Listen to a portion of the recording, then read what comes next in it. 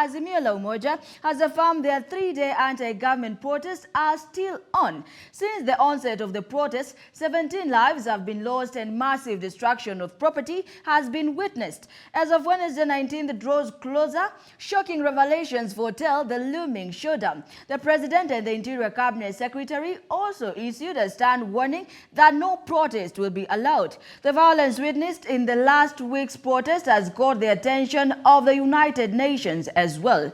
Tracy Ocheng with the details. Peaceful protests are planned for Wednesday, Thursday, and Friday this week.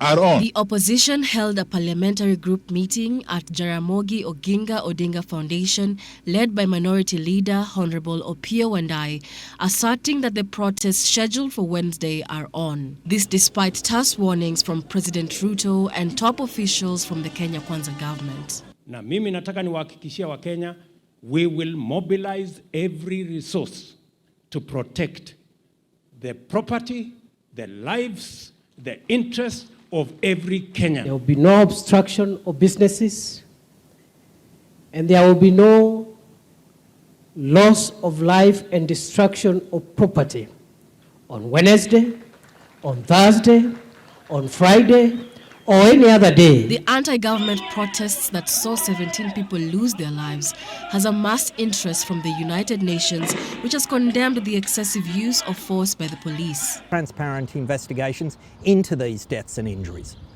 Those responsible must be held to account. Addressing the press after the conclusion of the Azimio parliamentary group meeting, just a day before the protests, Nairobi Senator Edwin Sifuna claimed that senior police officers declined to take orders to shoot at protesters on Wednesday. We have received intelligence that in fact senior police officers in the Kenyan Police Command have chosen to ignore the illegal directive that was given by CS Kindiki for police officers to shoot protesters. Sifuna also further accused the government of hacking into Azimio's Tumechoka initiative website with allegedly over 1,000 attempts. President Ruto, speaking at the Thanksgiving ceremony of Interior Permanent Secretary Raymond Omolo on Saturday, indicated that Kenyans needed to discuss what the Constitution envisaged on the right to picket. Tukubaliane sisi wote tuketi chini.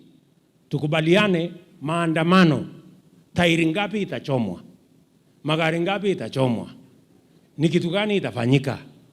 Ni maafa ngapi ndio tujulikane maandamano imefanyika? During a State House meeting on Saturday, Kenya Kwanza leaders rejected the idea of a truce between President Ruto and Raila Odinga, adding that they would mobilize their constituents to counter the Azimio protests. And that is the reason why the President convened a PG, because he knows the police will not do his dirty work. He has now told his own members of parliament to mobilize people in their constituencies to come and harm protesters. We want to say here to those of you who might be mobilized to come and fight your fellow Kenyans, we are not the enemy. Are the protests the real issue, or is it the excessive use of force by the police? If the former were true, demonstrators would be expected to die from stampedes or rock missiles.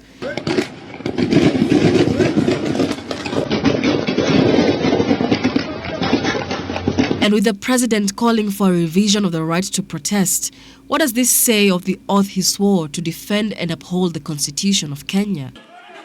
Tracy Ocheng reporting for GBS News.